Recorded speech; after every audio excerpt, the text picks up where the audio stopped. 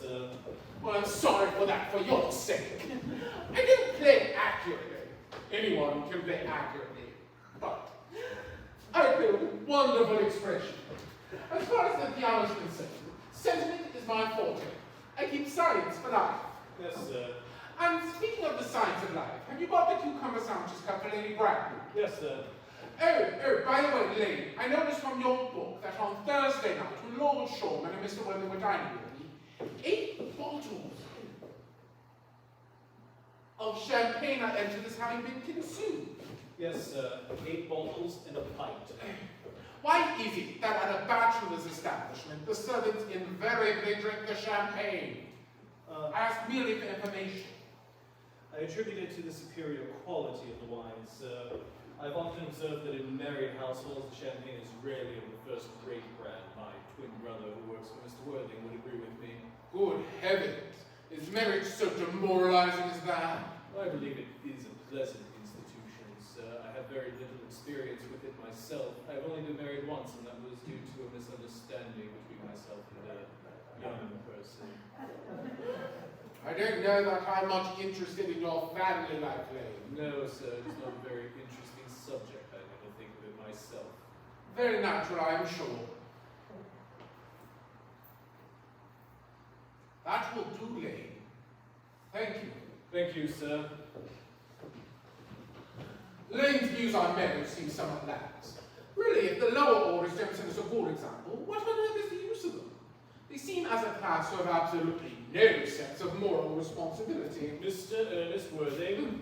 How are you, my dear Ernest? What brings you up to town? Oh, pleasure. Why don't you bring one anyway? Eating as usual, I see, Algy. Well, it is customary in good society. Take some slight refreshment if I recall. Where have you been since last Thursday? In the country. What on earth do you do there? In town, one amuses oneself. In the country, one amuses other people. It is excessively boring. And who are the people you amuse? Neighbours.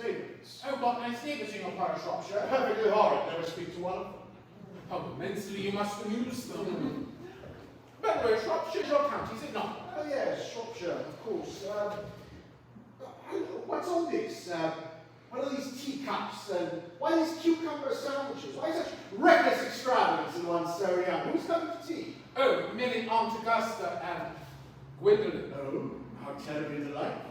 Yes, that is all very well. But I'm afraid Aunt Augusta won't quite approve of your being here. May I ask why? My dear fellow, the way you flirt with Gwendolyn is perfectly disgraceful. It's almost as bad as the way Gwendolyn flirts with you. I am in love with Gwendolyn. I've come up to town expressly to propose to her. I thought you had come up for pleasure. I call that business. How utterly unromantic you are. I really don't see anything romantic in proposing. It is very romantic to be in love, but there's nothing romantic about a definite proposal. Well, one may be accepted, one usually is, I believe. Then the excitement is all over. The very essence of romance is uncertainty. If ever I get married, I'll certainly try to forget the fact. Well, I've no doubt of that, dear Algy. The divorce court was specially invented for memories that are so constituted. There's no use speculating on that subject. Divorces are made in heaven. Ow! Please, don't touch the cucumber sandwiches. They ordered specially for Aunt Augusta. But you've been eating them all the time. That's quite a different matter. She is my aunt. Here, have some bread and butter. The bread and butter is for Gwendolyn. Gwendolyn is devoted to bread and butter. Very good bread and butter it is, too. Well, my dear fellow, you need not eat as if you're going to eat at all. You behave as if you were married to her already. You are not married to her already, and I don't think you ever will. Oh, what on earth makes you say that? In the first place, girls never marry the men they flirt. They don't think it's right. Oh, that's nonsense. It's easy. It's a great truth. Oh. It accounts for the extraordinary number of bachelors that one sees all over the place. In the second place, I give you my consent. Your consent? My dear fellow, Gwendolyn is my first cousin. And before I allow you to marry her, you'll have to clear up the whole question of Cecily. Cecily? What on earth are you talking about, Algy? Who's Cecily? I don't know anyone named Cecily. Bring me the cigarette case Mr. Worthing left in the smoking room the last time he dined here. Yes, sir. You've had my cigarette case all this time. Well, you should have said something. I've been writing frantic letters to Scotland Yard about it. I was very keen about to offer a large reward. Well, I wish you would offer one. I happen to be more than usually hard up. That's no good offering a reward now the thing is found. That is rather mean of you, Ernest. before. Now that I look at the inscription inside, I can see that the thing isn't yours after all. Of course it's mine. You've seen me with it 100 times. And it's very, very rude to read a private cigarette case. It's absurd to have a hard and fast rule about what one should read and what one shouldn't. More than half of modern culture depends on what one shouldn't read. Well, you don't need to tell me that. I don't propose to discuss modern culture. It's not the sort of thing one discusses in private. Now give me back my cigarette case. Yes, but this isn't your cigarette case. This cigarette case is a present from someone of the name of Cecily. And you said you didn't know anyone of that name. To know, Cecily happens to be my aunt. Your aunt? Yes, charming old lady she is too. Lives in Tunbridge Wells. Put it back to me, Algie. Yes, but why does she call herself Little Cecily if she's your aunt and lives at Tunbridge Wells? For little Cecily with her fondest love.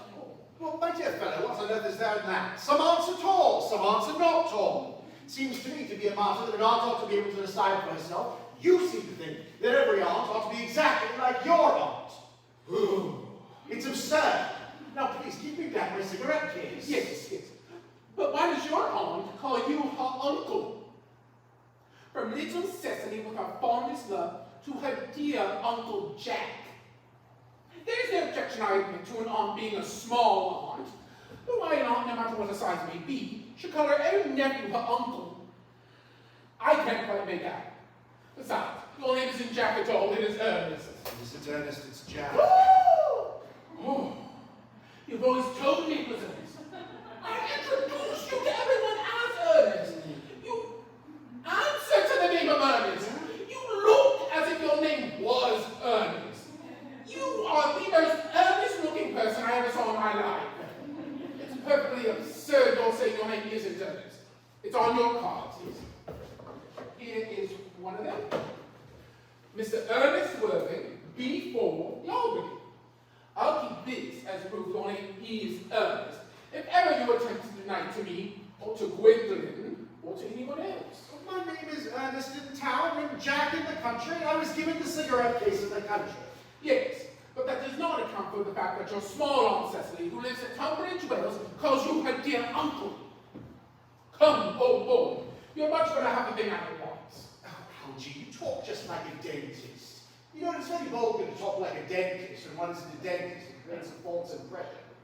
Well, that's exactly what dentists always do. Come on. I may mention that I've always suspected you of being confirmed in secret Bunburys, but I'm quite sure of it now. Bunburys? What on earth is a Bunburys? I'll reveal to you the meaning of that incomparable expression, just as soon as you are kind enough to reveal to me why you are Ernest in town and Jack in the country. Produce my cigarette case first. Here it is. Algie. There it is. Now, produce your explanation and pray make it improbable. There's nothing improper about my explanation whatsoever, my dear fellows. That fact's perfectly ordinary. Mr. Thomas Cardew, who adopted me when I was a little boy, made me guardian in his will to his granddaughter Cecily. Cecily, who refers to me as her uncle from motives of respect that you could not possibly appreciate, lives with me at my place in the country under the esteemed tutelage of her tutor, Miss Prison. Where is that place in the country, by the way? Oh, that is nothing to you, dear boy. You are not going to be invited. I can tell you quite candidly, the place is not in Shropshire. I suspected that, my dear fellow. I have bunburyed all over Shropshire on 2 separate occasions. Now, go on! Why are you Ernest in town and Jack in the I country? don't know if you can understand my real motives, Algie. You are not nearly serious enough. When one is made a god, one must have a high moral tone on nearly all subjects. Is a high moral tone is hardly conducive to what either one's health or one's happiness. In order to get up to town, I invented a younger brother by the name of Ernest, who was always getting into one scrape or another. He lives at the Albany. Now, that's the truth, pure and simple. The truth is rarely pure and never simple. Modern life would be very tedious if it were either, and modern literature a complete impossibility. Oh, that wouldn't be such a bad thing at all. Literary criticism is not your forte, my dear fellow. Don't try it. You should leave that to people who haven't been out of university. They do it so well in the daily papers. What you really are is a Bunburyist. I was quite right in saying you were a Bunburyist. You are the most advanced Bunburyist I know. What on earth are you talking about? You have invented a very useful younger brother called Ernest, in order that you may be able to go into the city whenever you choose. I have invented an invaluable permanent invalid called Bunbury, in order that I may be able to go down into the country whenever I please. Bunbury is perfectly invaluable. If it wasn't for Bunbury's extraordinary bad health, for instance, I wouldn't be able to dine with you at Willis's tonight, for I've been really engaged to Aunt Augusta for more than a week. I haven't invited you to dine with me anywhere tonight. I know. You are absurdly careless about sending out invitations. It's very foolish of you. Nothing annoys people so much as not receiving invitations. You had best dine with your Aunt Augusta. I have the smallest intention of doing anything on the kind. To begin with, I dine there on Monday, and once a week is quite enough to dine with one's own relations. In the second place, whenever I do dine there, I'm always treated as a member of the family, and either sit down with no woman at all, or two. In the third place, I know perfectly well whom she will place me next to tonight. She will place me next to Mary Farquhar, who always flirts with her own husband across the dinner table. That's not very pleasant. Indeed, it is not even decent. And that sort of thing is enormously on the increase. The amount of women in London who flirt with their own husbands is perfectly scandalous. It looks so bad. It is simply washing one's clean linen in public. Besides, now that I know you to be a confirmed Bunburyist, I naturally want to talk to you about Bunbury. I want to tell you the rules. I don't know what Bunburyist or anything of the kind. As a matter of fact, if Gwendolyn accepts me, I think I'll kill my brother. I might kill him either way. He's become, Cecily's become just a bit too interested in him. He's become rather a bore. So I think I'll get rid of my brother, and you ought to do the same with your Mr. The invalid with the absurd name. Nothing will induce me to part with Bunbury. And if you ever get married, which seems to me extremely problematic, you'll be very glad to know Bunbury. A man who marries without knowing Bunbury is a very tedious time of it. I marry a charming girl like Gwendolyn. I've never met another girl who I would marry. I wouldn't want to know Mr. Bunbury at all. Then your wife will. You don't seem to realize that in married life, 3 is company and 2 is none. That is the philosophy that the corrupt French drama has been propounding for the past 50 years. Yes, and that the happy English home is proved in half the time. Oh, don't try to be cynical. It's perfectly easy to be cynical. Forgive that, it isn't easy to be anything nowadays. There's such a lot of beastly competition about. That must be Aunt Augusta. Only relatives, or creditors, ever ring in that Wagnerian manner. Now, if I get out of the way for 10 minutes, so you can have an opportunity for proposing to Gwendolyn. May I dine with you tonight at Willis's? Yes, I suppose so, if you want to. Yes, but you must be serious about it. I hate people who are not serious about meals. It is so shallow of them. Lady Bracknell and Miss Fairfax. Good afternoon, dear Algernon. I hope you're behaving very well. I'm feeling very well, Aunt Augusta. That's not quite the same thing now, is it? In fact, the two things rarely go together. Oh, dear me, you are smart. I'm always smart, am I not, Mr. Rowden? You're quite perfect, Miss Fairfax. Oh, I hope I'm not there to leave no room for developments, and I tend to develop in many directions. I'm sorry we're a bit late, but I was obliged to call on dear Lady Harbury. I hadn't been there since her poor husband's death. I have never seen a woman so altered. She looks quite 20 years younger. Now, have a nice cup of tea, and one of those lovely cucumber sandwiches you promised me. Certainly, Aunt Augusta. Gwendolyn, won't you come and sit over here? Thanks, Mama, I'm quite comfortable where I am. Good heavens! Lane, why are there no cucumber sandwiches? I ordered them specially. There were no cucumbers in the market this morning, sir. I went down twice. No cucumbers? No, sir, not even for ready money. That will do, Lane. Thank you. Thank you, sir. I am greatly distressed, Aunt Augusta, about there being no cucumbers. Not even for ready money. Algernon, I had some crumpets with Lady Harbury, who seems to me to be living entirely for pleasure now. I hear her hair has turned quite gold from grief. It certainly has changed its color. From what cause, I cannot say. Now I have a special treat for you tonight. I'm going to send you down with Mary Farquhar. such a nice woman. So attentive to her husband. It's delightful to watch them. I'm afraid, Aunt Augusta, that I shall have to give up the pleasure of dining with you tonight after all. Oh, I hope not, Algernon. It would put my table completely out. Your uncle would have to dine upstairs. Fortunately, he is accustomed to that. It is a great disappointment, and I need to say a terrible bore. But I have just received a telegram to say that my poor friend Bunbury is very ill again. You seem to think I should be with you. Well, Mrs. Mr. Bunbury seems to suffer from curiously bad health. Yes, poor Bunbury is a dreadful invalid. Well, I think this Mr. Bunbury should make up his mind whether he was going to live or to die. The shilly-shally with the issue is quite absurd. Nor do I in any way approve of this modern sympathy with invalids. I find it morbid. Health is the primary duty of life. I am always telling that to your poor uncle, but he never seems to take much notice, at least as far as any improvements in his ailments goes.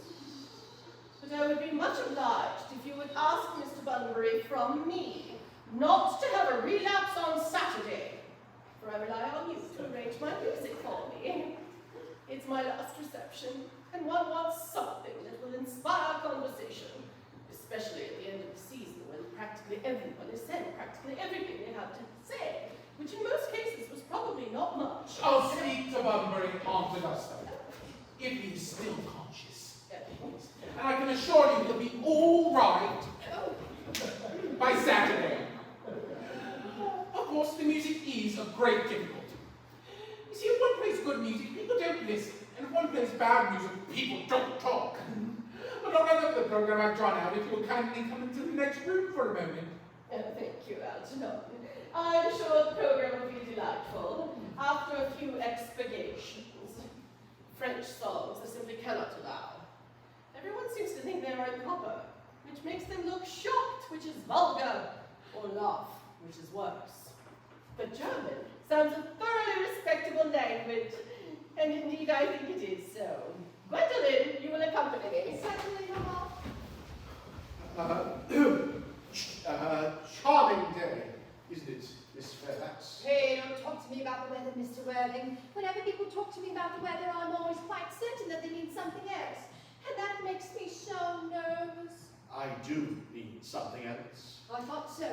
In fact, I'm never wrong. And I should like to take advantage of Lady Raffles' I temporary would certainly absence. like you to do so. Mama has a way of coming back suddenly into a room that I often had to speak to her about. Oh, yes. Miss Fairfax.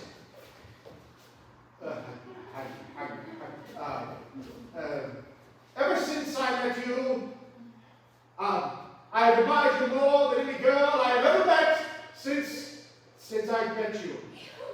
Yes, I'm quite aware of that fact, and I often wish that in public at any rate you had been more demonstrative. For me, you've always had an irresistible fascination. Even before I met you, I was far from indifferent to you. We live, as I hope you know, Mr. Worthing, in an age of ideals. The fact is constantly mentioned in the more expensive monthly magazines and has reached the provincial pulpit, so I'm told. And my ideal has always been to love someone with the name of Ernest. So there is something in that name that inspires absolute confidence. The moment Algernon first mentioned to you that he had a friend called Ernest, I knew I was destined to love you. Gwendolyn, do you really love me? Passionately. Oh, my darling. You don't know how happy it makes me. My own Ernest. But, no, you don't really mean it. You couldn't love me if my name wasn't Ernest. But your name is Ernest. Yes, it is. But suppose it was something else. So you say you couldn't love me then? That is clearly a metaphysical speculation. And like most metaphysical speculations, it's very little reference, if any at all, to the actual facts of real life as we know them. Yes, well, darling, you know, I don't really care much about the name of Ernest. I don't think it suits me at all. It suits you perfectly. It is a divine name. It has music of its own. It produces vibrations. Ooh. Yes. Well, Gwendolyn, I really think that, well, there are many other much nicer names. I think, Jack, for instance, to be a very charming name. Jack? No! Oh! There is very little music in the name Jack. It does not really produces absolutely no vibrations. Oh, I and they all, without exception, more than usually plain. Besides, Jack is a notorious domesticity for John. And I pity any woman who's married to a man called John. She would probably never be allowed to know the entrancing pleasure of a single moment's solitude. The only really safe name is Alice. Gwendolyn, I must be christened at once. I mean, we must get married at once. Married, Mr. Worthing. Oh, yes, my darling. You know that I love you, Miss Fairfax, and you had led me to believe that you were not entirely indifferent to me. I adore you. But nothing at all has been said about marriage. The subject has not even been touched on. Well, may I propose to you now, then? I think it'd be an admirable opportunity, and despite any possible disappointment, Mr. Worthing, I think it only fair to tell you quite frankly beforehand that I am fully determined to accept you.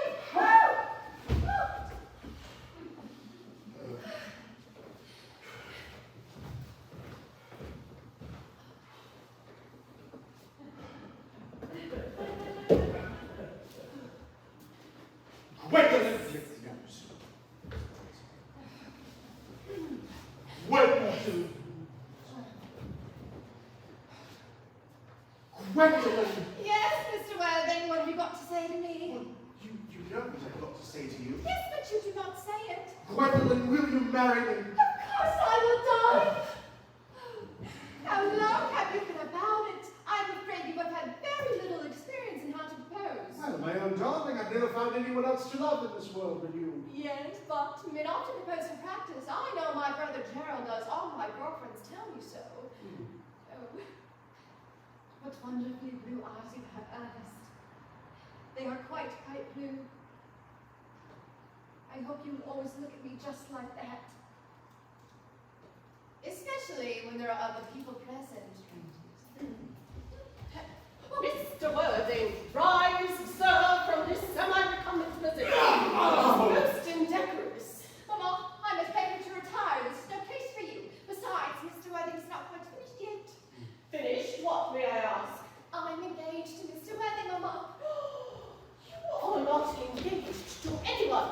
When you do become engaged, I or your father, should his health permit him, will inform you of the fact. An engagement should come on a girl as the sign of surprise, pleasant or unpleasant as the case may be. It's hardly a thing that she should be allowed to arrange for herself. And now, I have a few things to say to you, Mr. Worthing.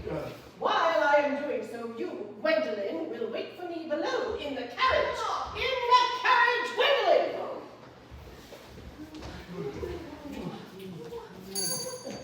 Gwendolyn!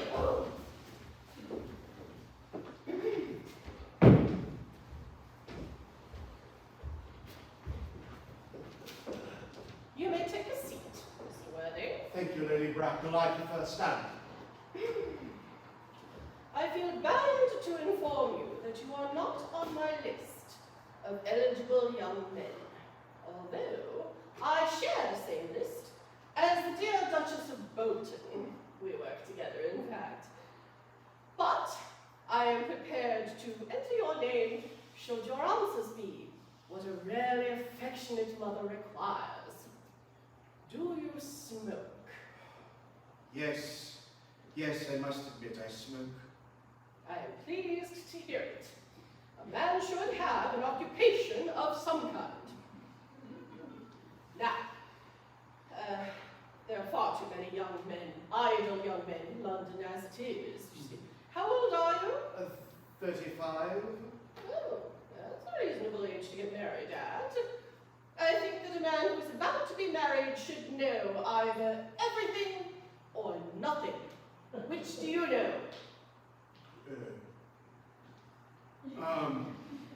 I know nothing, Lady Bracknell.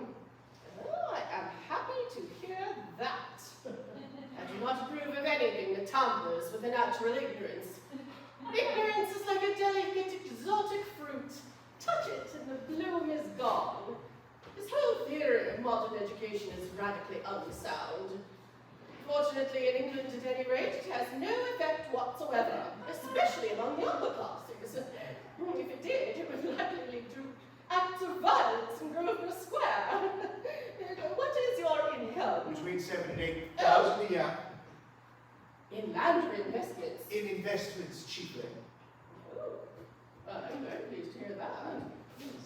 What would be duties expected of one during one's lifetime and the duties exacted of one after one's death, land has ceased to be either a profit or a pleasure. It gives one position, and yet prevents one from keeping it up. That is all that can be said about land. Well, I do have a country house with some land attached to it, about 1,500 acres. But I don't make the majority of my income off of it. As a matter of fact, the only thing people would be said to make anything off of it would be the poachers. A country house? Yes. How many bedrooms? Yes. Well, we can go into that after. You have a townhouse, I assume.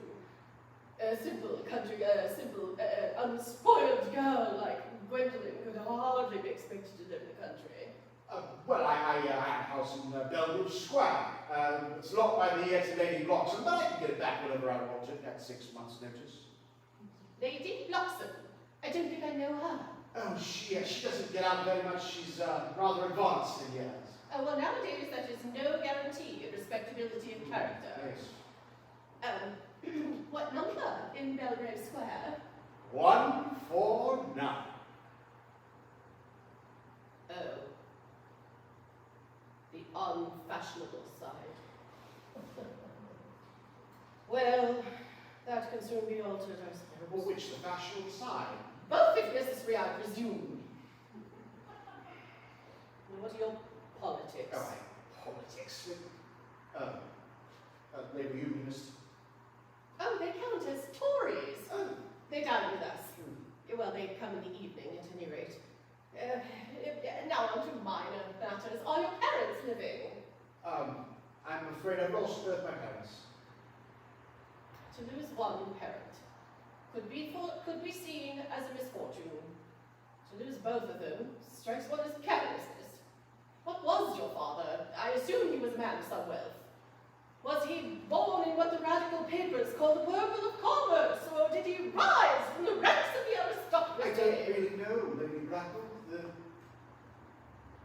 Well, I said that I lost my parents. It would be nearer to the truth to say that they lost me. You see, I don't really know where I come from because I was found. Found?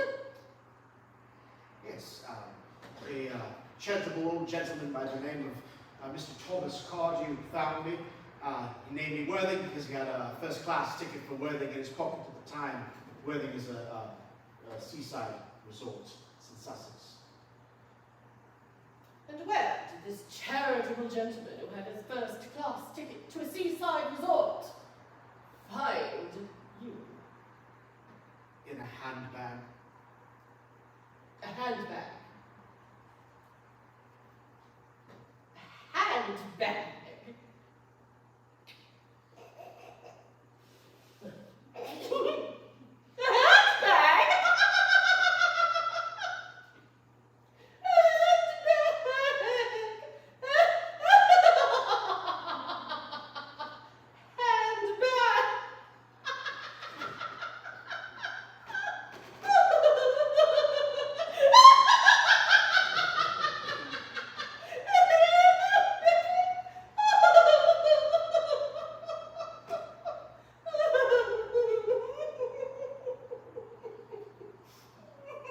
Yes, Lady Bracknell, in a handbag, just a large canvas handbag with handles, an ordinary handbag, in fact.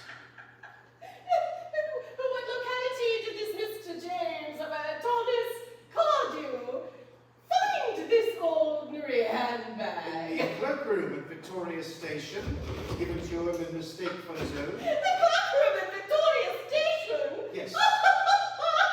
The Brighton line. The line is immaterial. Really, Mr. Worthing, I feel somewhat bewildered by what you have told me. To be born, or at any rate bred, in a handbag, whether it had handles or not, seems to me to display a contempt for the ordinary decencies of family life, and reminds one of the worst excesses of the French Revolution. We all know what that unfortunate movement led to. as to the particular locality in which the handbag was found. A cloakroom at a railway station might serve to conceal a social indiscretion. Has indeed perhaps already been used for that purpose. But it could hardly be recognized, a confirmed basis for a recognized position in society. May I ask then what you advise me to do? I need hardly say that I would do anything to ensure Gwendolyn's happiness. But I should advise you to acquire some relations as soon as possible. To obtain, at any rate, one parent of either sex before the season is over. I don't see how I could possibly do that. I could obtain the handbag. It's in my dressing room at home. I really think that ought to satisfy you, Lady Bracknell. Me, sir? What has this to do with me? You can hardly imagine that I or Lord Bracknell would allow our only daughter, a child brought up with the utmost care, to marry into a cloakroom or form an alliance with a parcel. Good day, sir. Good day, madam. Algy! Would you stop that infernal music? How idiotic you are! Did it go off all right, old boy? You don't mean to say Gwendolyn refused you? I notice the way she has. She's always refusing people. It's most ill-natured of her. Gwendolyn is as right as a cricket. Her mother, on the other hand, is unbearable. Never met such a gorgon. But I don't really know what a gorgon is like. But Lady Bracknell certainly is one. She is a monster without the benefit of being a myth, which is rather unfair. Algy, I'm sorry. I shouldn't speak that way. Let your own arms in front of you. My dear boy, I love hearing my relations abused. It is the only thing that makes me put up with them at all. Relations are simply a tedious pack of people who have got the remotest knowledge of how to live, nor the smallest instinct about when to Oh, die. that's nonsense. It isn't. Wait, I'm not going to argue about it with you. You always want to argue about things. But that is exactly what things were originally made for. Oh, yes. I believe that I've put a gun to my head. Algy, you don't think that Gwendolyn might turn out like her mother in about 150 years, do you? All women become like their mothers. That's their tragedy. No man does. That's his. Is that clever? It is perfectly phrased, and quite as true as any observation in civilized life should be. You shit together clever people, they're everywhere. It's become a regular public nuisance. Oh, where have all the fools gone? Oh, they're here. I should certainly like to meet them. What do they talk about? The fools? Yes. Oh, the clever people, of course. Oh, fools. By the way, have you told Gwendolyn yet the truth about your being Ernest in town and Jack in the country? Algy, the truth isn't exactly the sort of thing that one tells a nice, sweet, refined girl. Honestly, the ideas you have about how to behave towards women. The only way to behave to a woman is to make love to her, if she is pretty. And to someone else if she is plain. That is nonsense. What about your brother? What about the profligate Ernest? No, I should be rid of him. I'll tell people that he died in Paris of apoplexy. Yes, apoplexy. People die very suddenly of that, don't they? Yes, but it's hereditary, my dear fellow. It's the sort of thing that runs in families. You had much better say a severe chill. Well, the severe chill, that's not hereditary or anything like that. Of course it isn't. Oh, good, then I'll say that my brother Ernest was carried away in Paris by a severe chill. Like it's from him. But what about Miss Cardew? You said she was a little too much interested in your poor brother Ernest. Won't she feel he's lost a good deal? Shan't worry too much about Cecily. She's not a silly romantic type. She's capital appetite, goes long walks, pays no attention to her lessons whatsoever. I would rather like to see Cecily. I should take very good care that you don't. She is only just 18 and excessively pretty. Have you told Gwendolyn yet that you have excessively pretty ward who's only just 18? You don't just go around blurting these things out to people. Cecily and Gwendolyn will get along just fine. You'll see, within half an hour, they'll be calling each other sister. Women only do that when they've called each other a lot of other things first. Now, if we want to get a good table of witnesses, we really must go and dress. You know, it is nearly 7. Oh, it is always nearly 7. Well, I'm I hungry. never knew you when you weren't. What shall we do after dinner? Go to a theatre? Oh, I loathe listening. Well, let us go to a Oh, club. I hate talking. Well, we might trot around the Empire at 10. No, I can't stand looking at things that is so silly. Well, what shall we do? Nothing. It's awfully hard work doing nothing. However, I don't mind hard work when there is no definite object of any kind. Miss Fairfax? Wait a minute, upon my word. Algy, kindly turn your back. I have something very particular to say to Miss Wells. Really, Gwendolyn, I don't think I can allow this at all. Algy, you always adopt a strictly immoral attitude towards life. You are not quite old enough to do that. My darling Gwendolyn. Alice, we may never be married. From the expression on Mamma's face, I fear we never shall. Few parents nowadays pay any regard to what the children say to them. The old-fashioned respect for the young is fast dying out. But whatever influence I had over Mamma, I lost at the age of 3. But although she may prevent us from becoming man and wife, and I may marry someone else, and very often, nothing that she could possibly do can alter my eternal devotion towards you. The story of your romantic origin as related to me by Mamma with unpleasing comments has naturally stirred the deeper fibers of my nature. Your Christian name has an irresistible fascination. The simplicity of your character makes you exquisitely comprehensible to me. Oh, your town address at the Albany I have. What is your address in the country? The Manor House, Woolton, Hertfordshire. There is good postal service, I suppose. It may be necessary to do something desperate. That, of course, will require serious consideration. I will communicate with you daily. How long do you remain in town? Till Monday. Oh, good. Algy, may kindly Felix, I've turned round already. You may also ring the bell. May I see your carriage, my own darling? Certainly. I'll see Miss Fairfax to her carriage. Yes, sir. Uncanny. A glass of sherry, Lane. Yes, sir. Tomorrow, Lane, I'm going bunburying. Yes, sir.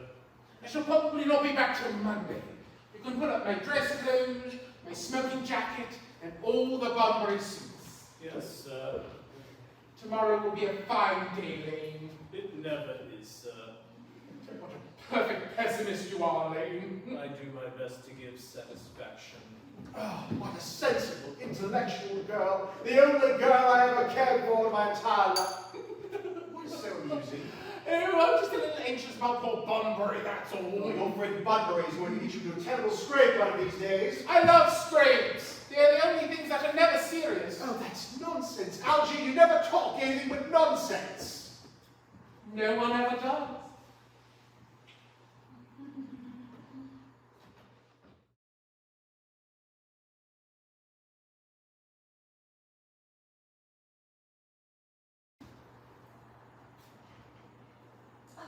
Cicely, surely such a utilitarian occupation as the watering of flowers is more Merlin's duty than yours, especially to bear into the intellectual pleasures await you.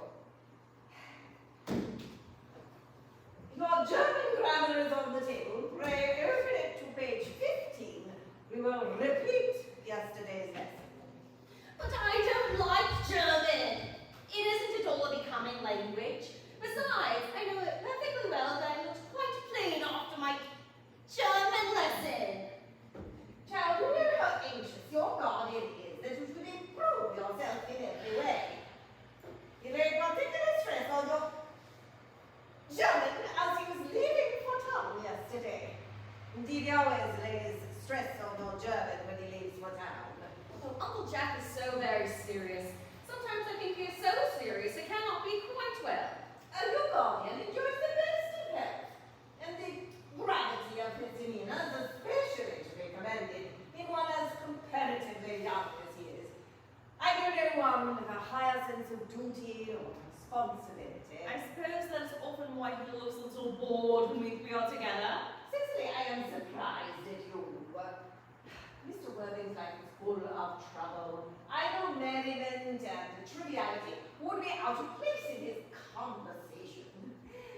Oh, you must remember the anxiety he suffers over that unfortunate young man, his brother.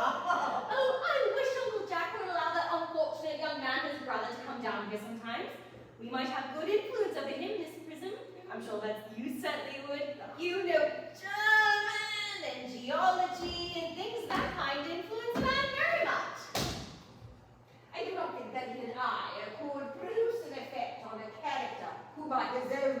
ambition is irretrievably weak and vacillating. Oh no, indeed I do not know that I would desire to reclaim him. I am not in favor of this modern mania turning a bad person into a good person at a moment's notice. No, no, no, no. As a man, so shall he reap. Oh, diary. I do not know why you need to keep a diary at all, Cicely. I keep a diary in order to enter the wonderful secrets of my life. If I did write them down, I should probably forget all about them. Never enough, Cicely. That is the diary we all carry about with us.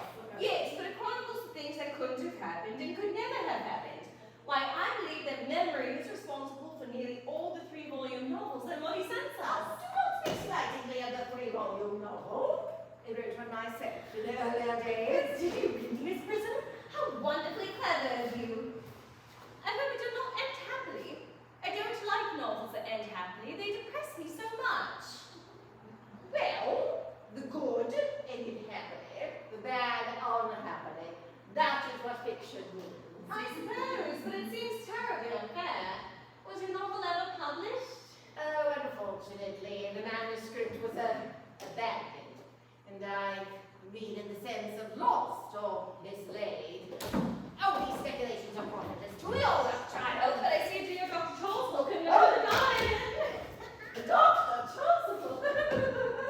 This is indeed a pleasure. And how are we this morning? Is Crispy all right? Trust well? Oh, Miss Prism has just been complaining of a slight headache. I'm sure a short stroll through the park would do her so much good, Dr. Charles. Cicely, I mentioned nothing of a headache. No, I know that, dear Miss Prism, but I felt it instinctively.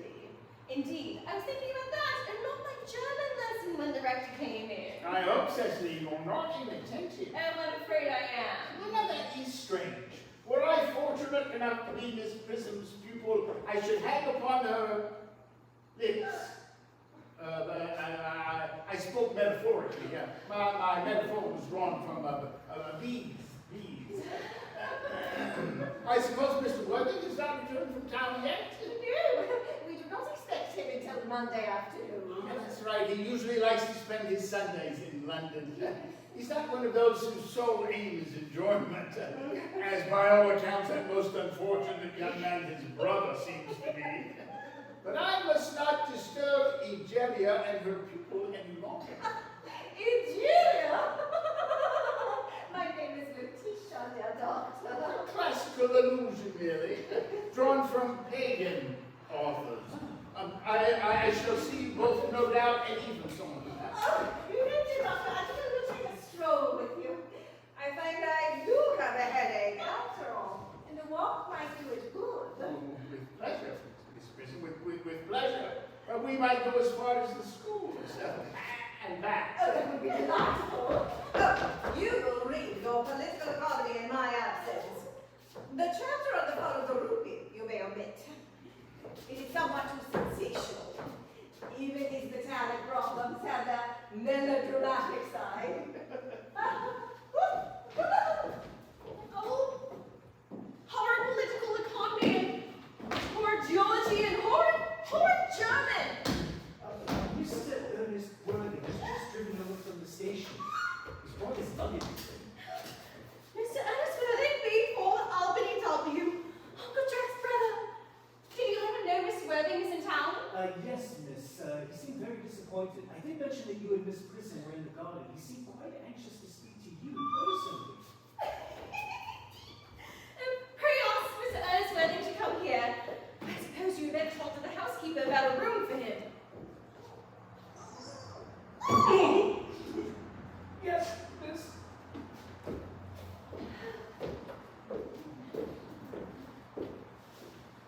I've never met any really wicked person before. I feel rather frightened. I'm so afraid he's going to look just like everyone else. He does. You are my little cousin Cecily, I'm sure. You're under some strange mistake. I'm not little. In fact, I believe I'm more than usually tall for my age. But I am your cousin Cecily. You, I see from your card, are Uncle Jack's brother. My cousin Ernest, my wicked cousin Ernest. Oh, I'm not really wicked at all, cousin Cecily. You mustn't think that I am wicked. Well, if you're not, then you've certainly been deceiving us all in a very inexcusable manner. I hope you've not been leading a double life, pretending to be wicked and being really good all the time. That would be hypocrisy. Oh, of course, I have been rather reckless. I'm glad to hear it. In fact, now you mention the subject, I've been very bad in my own small way. I don't know if you should be so proud of that, though I'm sure it must have been very pleasant. It's much pleasanter being here with you. I can't understand how you're here at all. Uncle Jack won't be back till Monday afternoon. But that is a terrible disappointment. I'm obliged to go by the first train Monday morning. I have a business appointment that I am anxious to miss. Couldn't you visit anywhere but in London? No, the appointment is in London. Well, I know, of course, how important it is to not keep a business engagement if one wants to retain any sense of the beauty of life. But still, I think you'd better wait until Uncle Jack arrives. I know he wants to speak with you about your emigrating. About my what? Your emigrating. He's gone up to buy your outfit. I certainly wouldn't let Jack buy my outfit. He has no taste in neckties at all. I don't think you will require neckties. Uncle Jack's sending you to Australia. Australia? I'd sooner die. Well, he said at dinner on Wednesday night that you would have to choose between this world, the next world, and Australia. Oh, well, the accounts I've received of Australia and the next world are not particularly encouraging. This world is good enough for me, Cousin Cecily. Yes, but you could never it. I'm afraid I'm not that. That is why I want you to reform me. You might make that your mission, if you don't mind, Cousin Cecily. I'm afraid I have no time this afternoon. Well, would you mind my reforming myself this afternoon? Well, it is rather quixotic of you. I think you should try. Thank you. I feel better already. You're looking a little worse. That is because I am hungry. Oh, how thoughtless of me. I should have remembered that when one is going to lead an entirely new life, one requires regular and wholesome meals. Won't you come in? Oh, thank you. You are the prettiest girl I ever saw. Oh, Miss Prism says that all good looks are a snare. They are a snare that every sensible man would like to be caught in. I don't think I should catch a sensible man. I wouldn't know to talk to him about. Cecily, love. You are too much alone, dear Doctor. You should get married. A misanthrope I can understand, but a woman through? Never. Oh, believe me, I do not deserve so neologistic a phrase. The precept and practice of the primitive church has been distinctly against matrimony. Oh, that is undoubtedly why the primitive church has not lasted until the present day. You do not seem to realize, dear Doctor, that by remaining persistently single, a man makes of himself a permanent public temptation. Oh, men should be more careful. This very celibacy drives weaker vessels astray. But is a man not equally attractive when married? No married man is ever attractive, except to his wife. And often I have been told, not even to her. Well, that depends on the intellectual sympathies of the woman. Maturity can always be depended on. Ripeness can be trusted. Young women are green. Oh, I speak horticulturally. I draw my metaphor from I wonder what this is. Perhaps she followed us to the school. Mr. Worthing. Miss Worthing? This is indeed a surprise. We did not expect you until Monday afternoon. Oh, I returned earlier than expected. I trust you are well, Dr. Johnson. I trust this God you wear not to have some woe attached to it. My brother. Your brother? Yes. What, does he still lead his life, Jack? Oh, on debts and extravagances. Dead. What? Your brother Ernest, dead? Quite dead. Oh, what a lesson for him. I hope you should profit by it. Miss Worthing, may I offer you my most sincere condolences? You have at least the consolation of knowing that you've always been the most generous and forgiving of brothers. Poor Ernest. He had his faults, but this is a sad, sad blow. Oh, yes, very sad indeed. Were you with him at the end? No, he was abroad, in Paris, in fact. I got a telegram from the manager of the Grand Hotel. Was the cause of death mentioned? It seems he died of a severe chill. As a man so shall he reap. Charity, my dear Miss Prison, charity. None of us are perfect. I myself am peculiarly susceptible to drowns. Will the interment take place here? No, he seems to have expressed a desire to be buried in Paris. In Paris? I fear that hardly points to a very serious state of mind at the last. You would no doubt wish me to make some slight allusion to the tragic domestic affliction next Sunday. My sermon on the meaning of mana in the wilderness can be adapted to most any occasion. I've preached it at harvest celebrations, christenings, confirmations, days of humiliation, and festal days. The last time I delivered it was at the cathedral, a charity sermon on behalf of the Society for Prevention of Discontent among the other orders. The bishop, who was present, was quite struck with some of the analogies I used. Yes, I believe you mentioned christening. Is that right? I suppose you are a Christian, all right. I mean, you are continually christening. And it is. I am afraid that is the most constant duty of this parish. I've often spoken to the poorer classes on the subject, but they don't seem to know the meaning of thrift. Well, was there any particular infant in whom you're interested, Mr. Worthing? Your brother was, I believe, unmarried, was he not? Oh, yes. Those who live entirely for pleasure generally are. No, it was for no child that I was asking, Dr. Chasuble. There are 40 children. No, I was hoping that I might be christened by you this afternoon, if you have nothing better to do. Surely, Mr. Worthing, you've been christened already. I don't remember anything about it. Would you have any great doubts on the subject? Oh, I should certainly hope to. I mean, I don't know if it would bother you, or if you think that I'm a little too old now.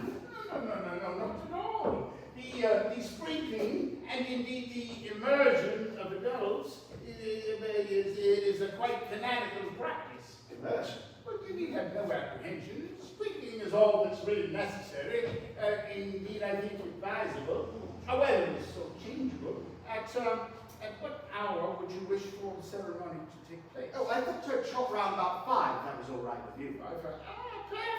Perfectly. In fact, I have 2 similar ceremonies to perform at that time. A case of twins, which occurred recently in one of the outlying cottages on your own estate. Poor Jenkins, the carter, most hard-working man. I don't think it'd be very much fun being baptized with other babies.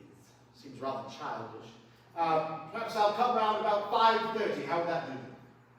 Admirably. And now, Mr. Worthing, I shall intrude no longer into a house of sorrow. I merely beg you not to be too dragged down by grief. What seems to us to be bitter trials are often blessings in disguise. It seems to me a blessing of a most obvious kind. Uncle Jack! Oh, I am pleased to see you back. But what horrid clothes you have on? Do go and change them. My child. Uncle Jack, what's the matter? Look happy. You look as though you were toothache. And I've got such a surprise for you. Who do you think is in the dining room? Your brother. Who? Your brother Ernest. He arrived about a half hour ago. Well, that's ridiculous, Wad. I have no brother. Don't say that. However badly he may have behaved to you in the past, he is still your brother. You couldn't be so heartless as to disown him. I'll go and get him, and you will shake hands with him. Won't you, Uncle Jack? Well, this seems very joyful tidings.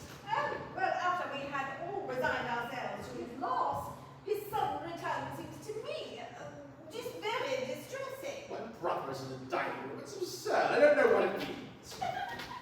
Brother John! I've come up from town to tell you that I'm very sorry for all the trouble I have given you, and I intend to lead a better life in the future. Uncle Jack, you're not going to refuse your own brother's hand. Nothing could induce me to take his hand. I think this guy here absolutely abominable. He knows very well why. Uncle Jack, do be nuts! Ernest has just been telling me all about his poor invalid friend, Mr. Bunbury, whom he goes to visit so often. And surely there must be much good in one who is kind to an invalid and leaves the pleasures of life and is hit by a bed of pain. He's been talking to you about Bunbury, hasn't he? Yes, he's told me all about poor Mr. won't have him talking to you about Bunbury, about anything else. It's enough to drive one practically frantic. Of course, I admit that the faults are all on my side. But I must admit that I find Brother John's coldness to me peculiarly painful. I expected a more enthusiastic welcome, especially since this is the first time I have come here. Uncle Jack, if you don't shake hands with Ernest, I will never forgive you. You never forgive me? Never, never, never. Well, this should be the last time I shall ever do it. Well, it's pleasant, is it not, to see so perfect a reconciliation? I think we might leave the two brothers together. Yes, of course, my little task of reconciliation is over. You've done a beautiful action today, my dear child. I wish we were hasty in our judgments. Oh, I feel very happy. Ouch! Scoundrel!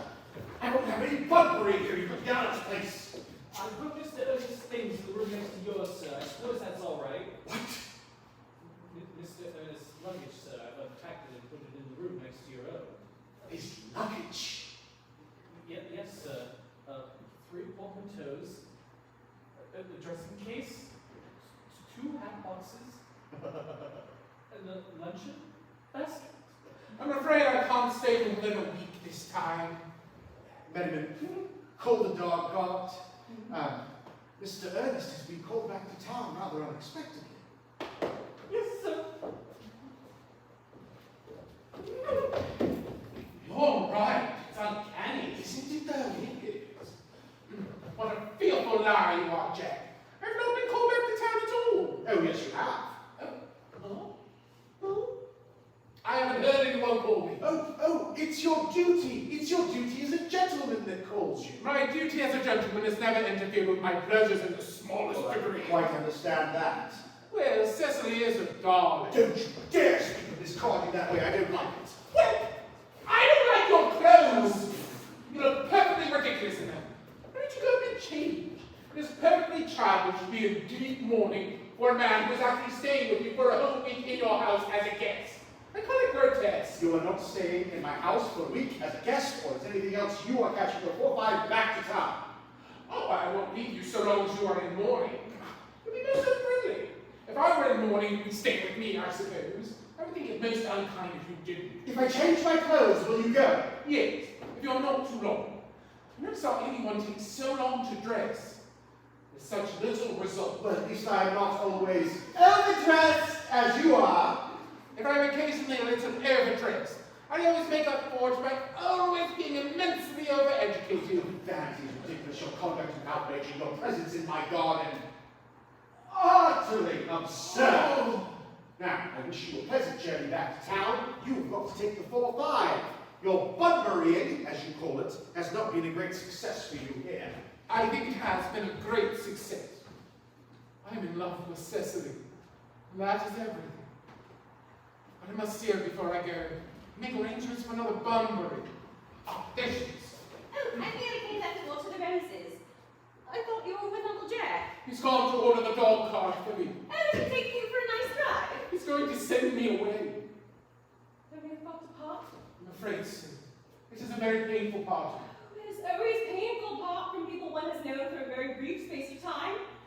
The absence of old friends one can endure with equanimity, but even in a momentary separation from anyone to whom one has just been introduced is almost unbearable. Thank you. The dog cart is at the door, sir. Wait, Merriman, for 5 minutes? Yes, miss. Cecily, I should hope I shall not offend you if I say quite frankly and openly that you seem to me to be in every way the visible personification of absolute perfection. Oh, I think your frankness does you great credit, Ernest. I hope you allow me to copy your remarks into my diary. How do you keep a diary? I haven't anything to look at it. May I? No! It is simply a very young girl's record of their own thoughts and impressions and subsequently meant for publication. When it appears in volume form, I hope you'll order a copy. But pray, Ernest, don't stop. I delight in taking down from dictation. I have reached absolute perfection. You can go on. I'm quite ready for more. Oh, don't cough, Ernest. When one is dictating, one should speak fluently and not cough. Besides, I can't spell a cough. Cecily, ever since I first looked upon your wonderful and incomparable beauty, I have dared to love you wildly, passionately, devotedly, hopelessly. Oh. I don't think you should say that you love me wildly, passionately, devotedly, hopelessly. Hopelessly doesn't seem to make much sense now, does it? Cecily! The dog cart is waiting, sir. Tell it to come around next week. Same hour. Yes, sir. Oh, Uncle Jack would be very much annoyed if he knew you were staying on until next week at the same hour. Oh, I don't care about Jack. I don't care for anybody in the whole world but you. I love you, Cecily. You will marry me, won't you? Oh, you silly boy, of course. Why, we've been engaged these last 3 months. For the last 3 months? Yes, it'll be 3 months exactly. On Thursday. But how did we become engaged? Well, ever since dear Uncle Jack first confessed to us that he had a younger brother who was very wicked and bad, you, of course, have formed the chief topic of conversation between myself and Miss Prism. And a man who is much talked about is, of course, very attractive. One feels there must be something in him after all. I dare say it was foolish of me, but I fell in love with you, Ernest. Darling, but when was the engagement actually settled? On the 14th of February last, worn out by your entire ignorance of my existence, I decided to take matters into my own hands. And after a long struggle with myself, I accepted you under this dear old tree here. The next day I went out and I bought this little ring in your name. And here's a little bangle with the true lover's knot I promised you always to wear. Did I give you this? It's very pretty, isn't it? Yes, you've wonderfully good taste, Alice. It's the excuse I've given for your living such a bad life. And here's the box in which I keep all your dear letters. But, my own sweet Cecily, I have never written you any letters. You need hardly remind me of that, Ernest. I know only too well that I was forced to write your letters for you. I wrote 3 times a week and sometimes oftener. Oh, do let me read them, Cecily. And they couldn't possibly. They would make you far too conceited. The 3 you wrote me after I broke off the engagement are so beautifully written and so badly spelled that even now I can hardly read them without crying a little. But Cecily, was our engagement ever broken off? Of course it was. On the 22nd of March. You can see the entry if you like. Today, I broke off my engagement with Ernest. I feel it is better to do so. The weather continues charming. But why did you break it off? What have I done? I have done nothing at all. Cecily, I'm very much hurt indeed to hear you broke it off. Particularly when the weather was so charming. It would hardly have been a really serious engagement if it hadn't been broken off at least once. And I forgave you before the week was out. Oh, what a sweet angel you are, Cecily. Oh, my dear romantic boy. You'll never break off our engagement again. I don't think I could now that I've actually met you. Besides, of course, there's the question of your name. Yes, of course. Oh, you mustn't laugh at me, darling, but I've always had this girlish dream to love someone whose name was Ernest. There's something in that name that seems to inspire absolute confidence.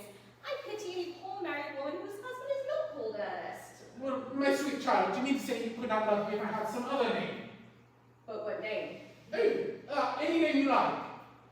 Algernon, for instance. I don't like the name of Algernon. Well, my own dear, sweet, loving little darling, I really can't see why you should object to the name of Algernon, which is not at all a bad name. It's a rather aristocratic name. In fact, half the chaps who get into bankruptcy court are called Algernon. But seriously, Cecily, if my name was Algie, you couldn't love me? I might respect you, Ernest. I should admire your character. But I fear I should not be able to give you my undivided attention. Cecily, your rector here is, I suppose, thoroughly experienced with all the rites and ceremonials of the church. Oh yes, Dr. Troswell is a most learned man. He has never written a single book, so you can imagine how much he knows. I must see him at once. Our most important christening. I know, our most important business. I shan't be waiting more than half an hour. Considering that we've been engaged since February the 14th and that we only met today for the first time, I think it is rather hard that you should leave me for such a period as half an hour. Couldn't you make 20 minutes? I'll be back in no time.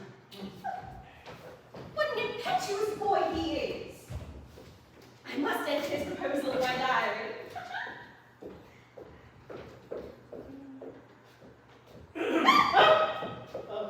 Mr. Fairfax is calling for Mr. Worthing on very important business, Miss Fairfax says. Isn't Mr. Worthing in his library?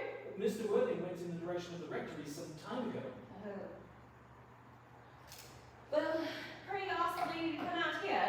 Mr. Worthing is sure to be back soon. And you can bring tea. Yes, miss. Miss Fairfax. I suppose one of the many good elderly women associated with Uncle Jack and some of his philanthropic work in London. I don't like women who are interested in philanthropic work. I think it is so forward of them. Miss Fairfax! Miss Fairfax. Pray let me introduce myself to you. My name is Cecily Cardew. Cecily Cardew, oh, what a very sweet name. Something tells me we are going to be great friends. I like your order more than I can say in my first impressions of people I've never met. Oh, how nice of you to like me so much after we've known each other such a comparatively short amount of time. Pray sit down. I may call you Cecily, may I not? Oh, with pleasure. And you will always call me Gwendolyn, won't you? If you wish. Then it's all quite settled, is it not? I hope so. Perhaps this might be a favourable opportunity for my mentioning who I am. My father is Lord Bracknell. You've never heard of Papa, I suppose? I don't think so. Outside of the family circle, Papa, I'm glad to say, is entirely unknown. I think that is how it should be. The home seems to me to be the proper sphere for a man, and once a man begins to neglect his domestic duties, he becomes painfully effeminate, does he not? Yes. Oh, yes. I don't like that. It makes men so very attractive.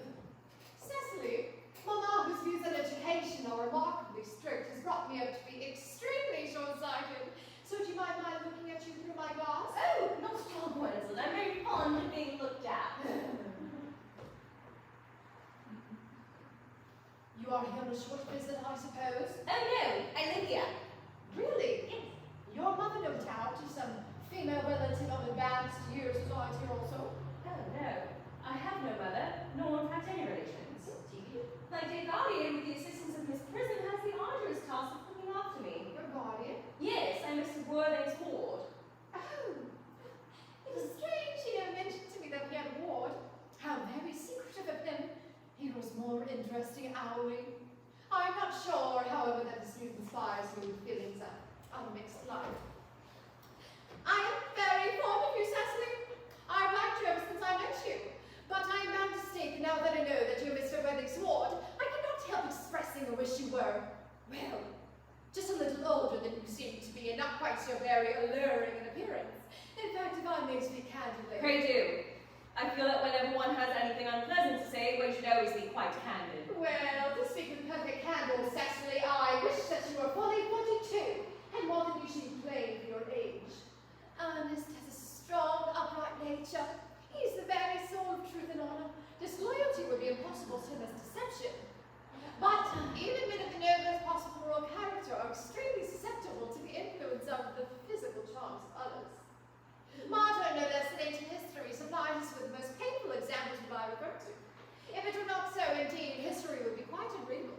I beg your pardon, Gwendolyn, but did you say Ernest? Oh, but it is not Mr. Ernest Worthing who's my guardian. It is his brother, his elder brother.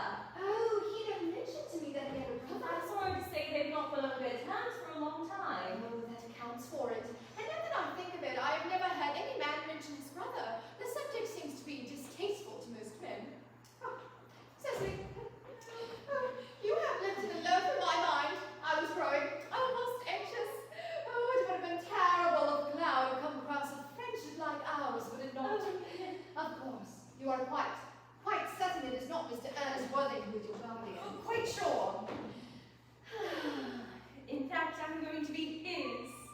Beg your pardon? Oh, dear Gwendolyn, there's no reason why I should make a secret of it to you. Our little county newspaper is sure to chronicle the fact next week. Mr. Ernest Worthing and I are engaged to be married. I'm afraid there's some slight error, Miss Cardew. Mr. Worthing is engaged to me. The announcement will appear in the Morning Post on Saturday at the latest. I'm afraid you must be under some misconception. Ernest proposed to me exactly 10 minutes ago. Yes. It is certain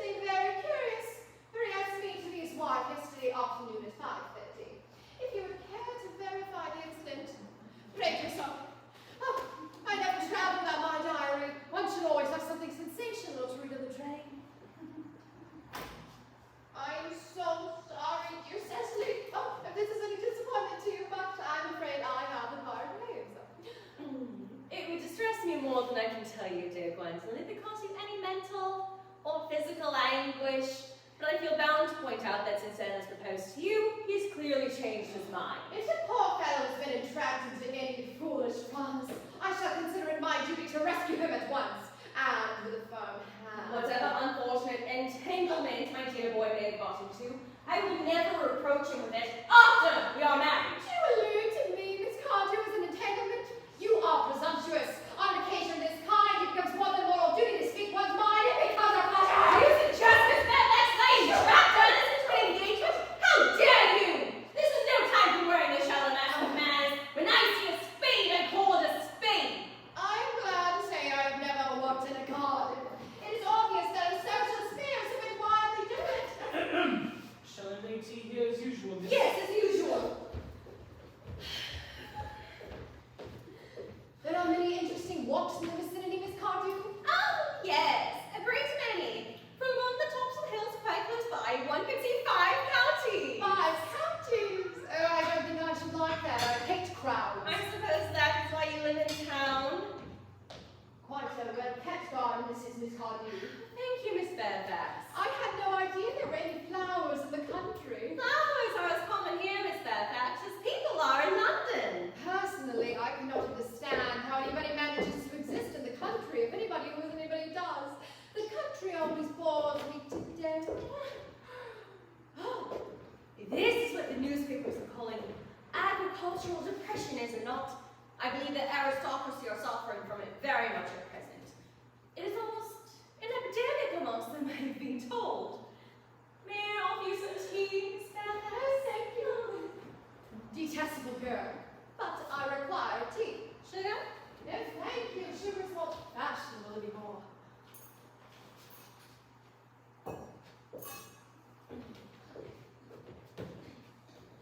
Cake or bread and butter? Bread and butter, please. Cake is rarely seen in the best houses nowadays. And that's Miss Fairfax.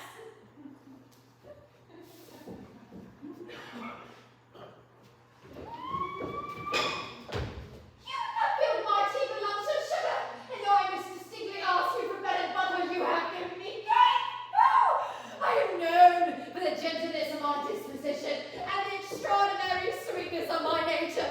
But I warn you, Miss Cardew, you may go too far. To save my poor, innocent, trusting boy from the machinations of any other girl, there are no lengths to which I will not go. The moment I saw you, I distrusted you.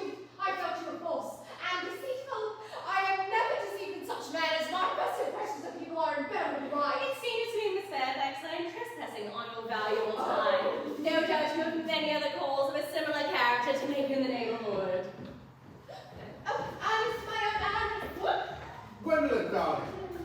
A moment. May I ask if you're engaged to be married to this young lady? To dear little Cecily. Of course not. Who could have put such an idea in your pretty little head? Oh, thank you, you may. Oh, I knew there must be some misunderstanding, Miss Fairfax. The gentleman whose arms at present are around your waist is my guardian, Mr. John Worthing. I beg your pardon. This is Uncle Jack. Jack? Yes, Alice. My own love. Hello, Miss Alice. Are you engaged to be married to this young lady here? To what young lady? Ah! Oh, good heavens, Gwendolyn! Yes, good heavens, to Gwendolyn. Of course not. What could have put such an idea into your pretty little head? Oh, thank you. You may. I'm afraid there's some slight error, dear Cecily. The man who's now embraced you is my cousin, Algernon Moncrief. Ooh, Algernon Moncrief. Is your name really Algernon? I cannot deny it. Oh. Is your name really John? I could deny it if I liked. I could deny it if I liked. But yes, my name is John. It has been John for years. Oh, a gross deception has been practiced on the both of us. My poor women, Cecily, my What's wrong, Gwendolyn? You will call me sister, will Yes. you? There's just one question I would like to be allowed to ask my guardian. An admirable idea. Mr. Worthing, there's just one question I would like to be permitted to put to you. Where is your brother Ernest? We are both engaged to be married to your brother Ernest. So it is a matter of grave importance for us to know where your brother Ernest is at present.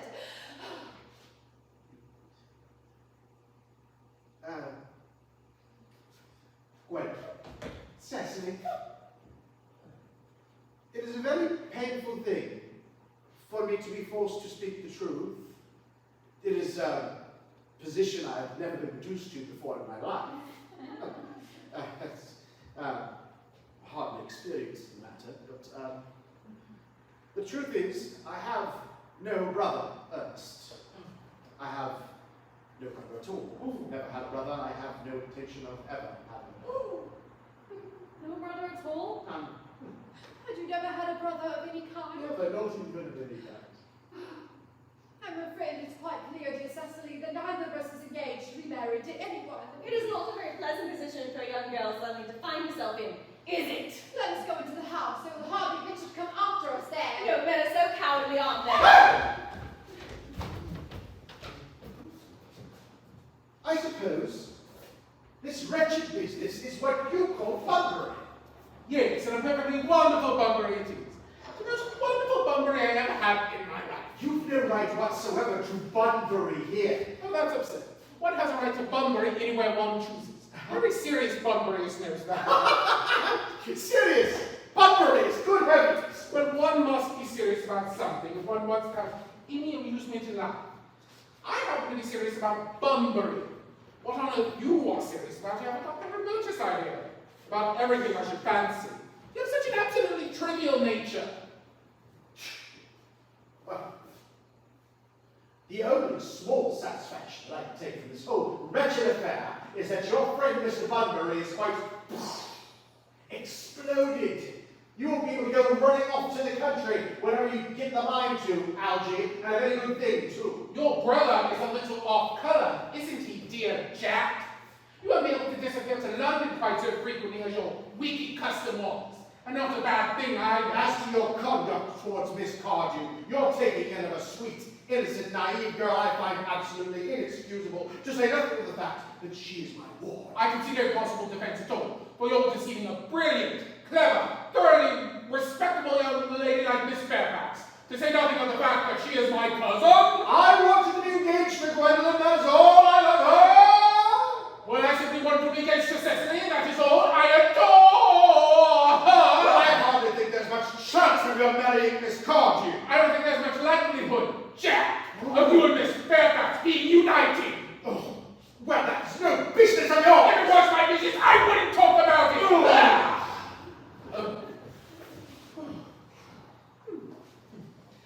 It's very vulgar to talk about one's business. Only people like stockbrokers do that. They're merely at dinner parties. How you can sit there calmly eating muffins when we are in this horrible trouble I can't make out seems perfectly heartless to me. Well, I can't eat muffins in an agitated manner. The woman would probably get on my nerves. One should always eat muffins quite calmly. It is the only way to eat them. It would seem perfectly harmless however you eat them in any circumstance, it seems to me. When I'm in trouble, eating is the only thing that consoles me. Indeed, when I'm in really great trouble, as anyone who knows me intimately will tell you, I refuse everything except food and drink. Right now I'm eating muffins because I am unhappy. Besides, I'm particularly fond of muffins. Well, you need not eat them all in that greedy way. I wish you would have tea cake instead. I don't like tea cake. Algie, you know, I would think that a gentleman could eat his own muffins in his own garden, for heaven's sake. Yes, but you just said it was perfectly heartless to eat muffins. I said it was perfectly harmless for you to eat muffins under these circumstances. That is a very different thing. That may be, but the muffins are the same. Algie, for goodness sake, why don't you go? You can't possibly ask me to go without having some dinner first. It's absurd. I never go anywhere without my dinner. No one ever does, except the vegetarians and people like that. Besides, I've just made arrangements with Dr. Charles Wood to be christened at 5:45 under the name of Ernest. But you better get that nonsense out of your head right away, my dear fellow. I'm going to be christened by Dr. Chasuble at 5:30, also under the name Ernest. Gwendolyn would have it so. We can't both be christened Ernest. It's absolutely absurd. And I don't have the right to be christened if I want to be christened. Dr. Chasuble thinks that I'm like him. I never was christened. I happen to agree with him. You, on the other hand, have been christened. But I haven't been christened in years. That's what you're christened at the point. Quite so I know my constitution can stand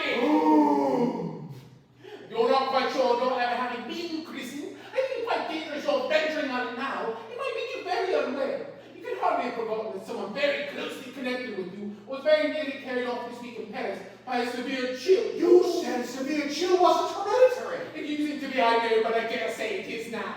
Science is always making wonderful improvements in things. Oh, that is nonsense. You are always talking such nonsense. You are at the muffins again! No, what you wouldn't, there are only one left! I did not, TK. Then why on earth would you allow it to be served up to your guests? Well, because you have a hospitality. Would you please go? I've asked you to go. Why don't you go? You haven't quite finished my tea! And there's one muffin left.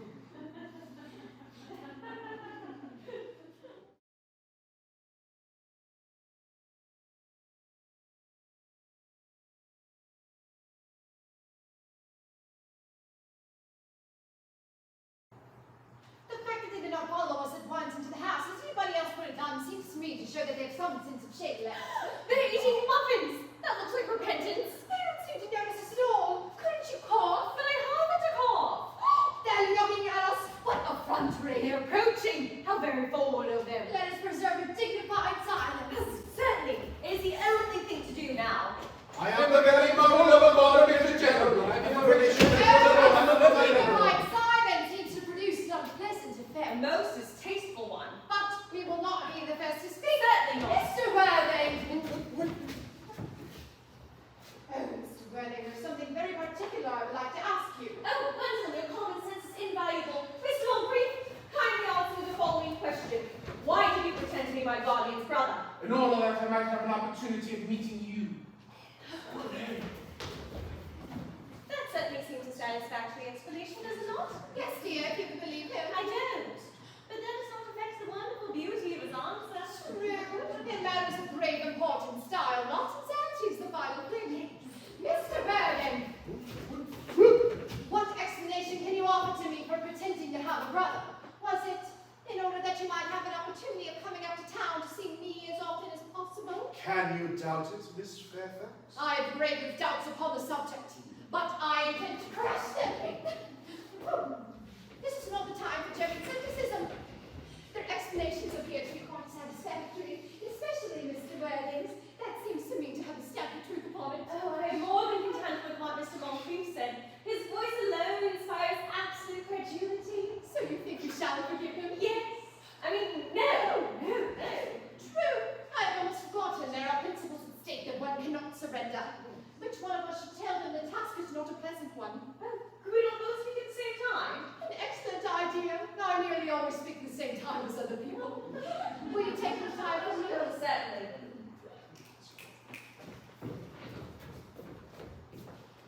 Your Christian names are still an insuperable barrier. That is all.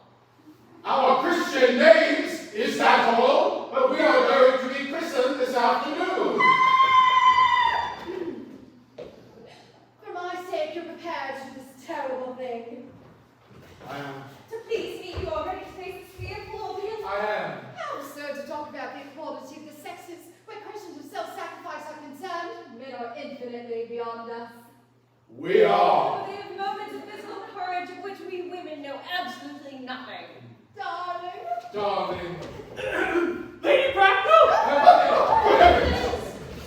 Gwendolyn, what does this mean? Fear that I'm engaged to Mr. Worthing, Mamma. Come here. Sit down. Sit down at once. Hesitation of any kind is a sign of mental decay in the young and of physical weakness in the old. Apprised, sir, of my daughter's sudden flight by means of her trusty maid, whose confidence I purchased by means of a small coin, I followed at once in the luggage train. Her unhappy father is, I am glad to say, under the impression that she is attending a more than usually lengthy lecture by the University Extension Scheme on the influence of a permanent income on thought. I do not propose to undeceive him. In fact, I have never undeceived him on any subject. I would consider it wrong. But of course, you will completely understand that any further communication between yourself and my daughter must cease forthwith. On this subject, as indeed on all points, I am firm. I am engaged to be married to Gwendolyn, Lady Bracknell. You are nothing of the kind, sir. And now, as regards Algernon. Algernon, Yes, Aunt Augusta. May I ask if it is in this house that your invalid friend Mr. Bunbury resides? Oh, no. Bunbury doesn't appear. In fact, Bunbury is somewhere else at present. In fact, Bunbury is dead. Dead? When did Mr. Bunbury die? His death must have been extremely sudden. Oh, I killed Bunbury this afternoon. Oh, yuck. I mean, poor Bunbury died this afternoon. What did he die of? Bunbury? Oh, he was quite exploded. Exploded? Was he the victim of a revolutionary outrage? I was unaware that Mr. Bunbury was interested in social legislation. If so, he is well punished for his morbidity. Aunt Augusta, I mean, he was found out, the doctors found out he could not live. That is what I mean. So, Bunbury died. Well, he seems to have had supreme confidence in the opinions of his medical practitioners. And now that we have got this Mr. Bunbury out of the way, Mr. Worthing, who is that young person whose hand my nephew Algernon is holding in a most peculiarly unnecessary manner? That lady is Miss Cecily Ward, my Cardew. Miss Cecily Cardew, my ward. I am engaged to Cecily, Aunt Augusta. I beg your pardon. Mr. Mulgrave, no engagement, marry me.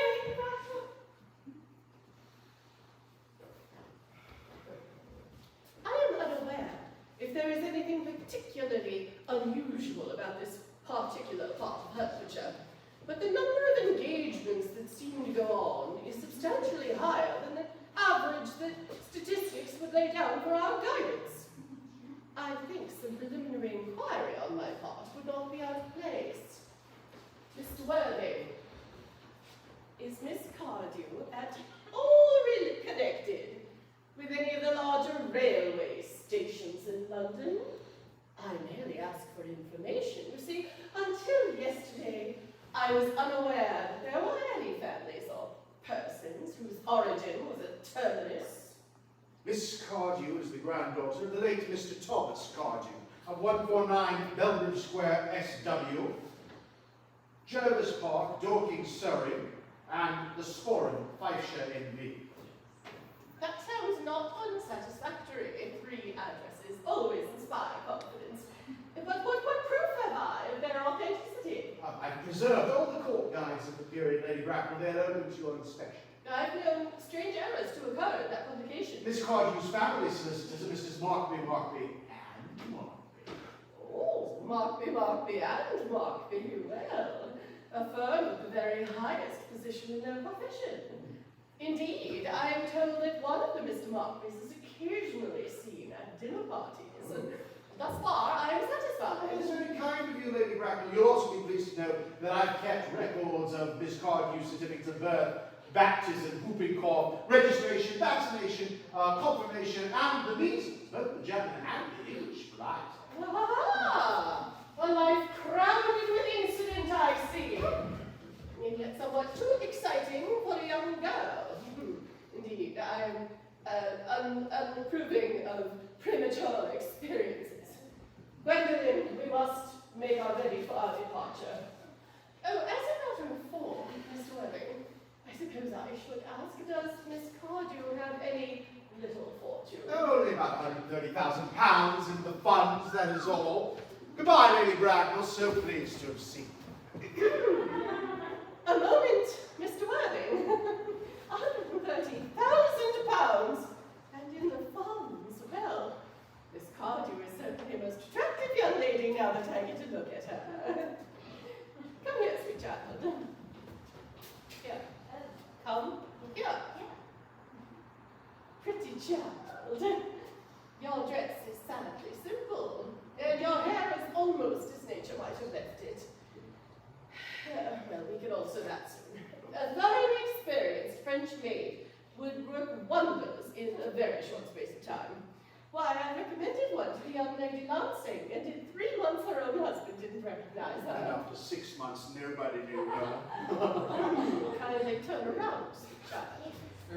Yes. Dear, the side view is what I'm looking for. Yes. There are distinct social possibilities in your profile. The 2 great weak points of our age are its want of principle and its want of profile. The chin a little higher, my dear.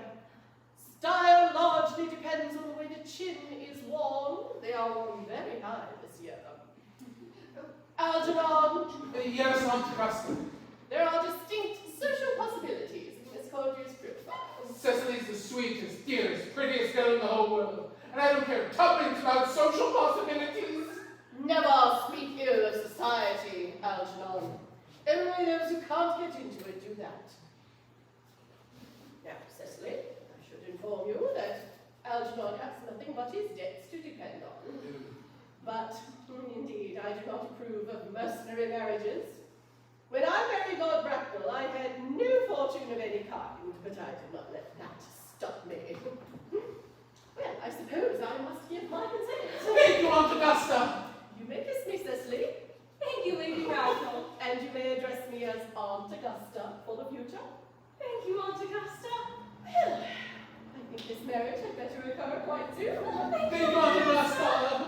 Normally, I do not approve of long engagements. They give the young couple entirely too much time to learn each other's character before marriage, which I definitely do not approve of. Lady Bracknell, I do hate to interrupt you, but I'm afraid that this engagement is entirely out of the question.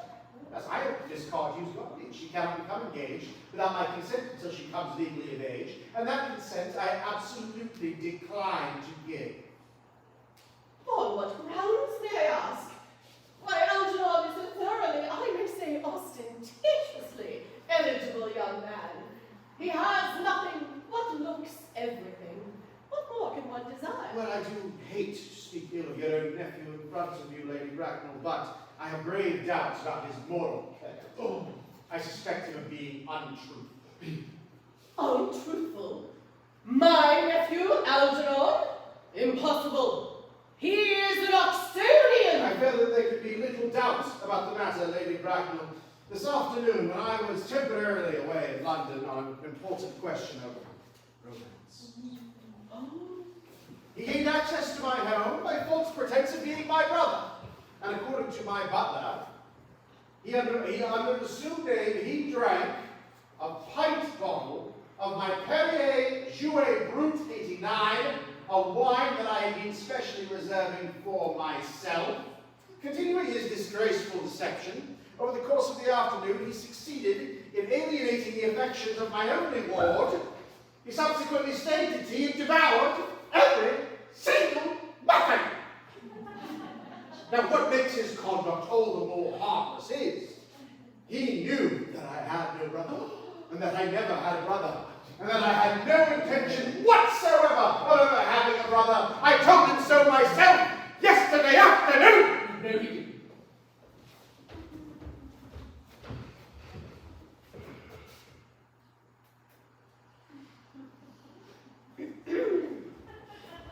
Mr. Worthing, after careful consideration, I have decided to entirely overlook my nephew's treatment of you. Oh, that is very generous of you, Lady Bracknell. My own position remains unalterable. I decline to give my consent.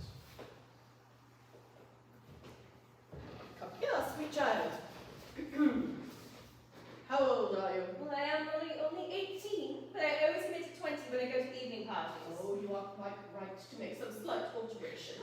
I don't think any woman should admit to her exact age. It's so calculating. 18, but admitting to 20 at evening parties. Well, I think you should be of age quite soon and free from the restraints of tutelage. Lady Bracknell, I do hate to interrupt you yet again, but under the terms of her grandfather's will, I'm afraid that Miss Cardew does not come legally of age until she is 35. Oh, don't say that. That does not seem to me to be a grave objection. 35 is a perfectly attractive age.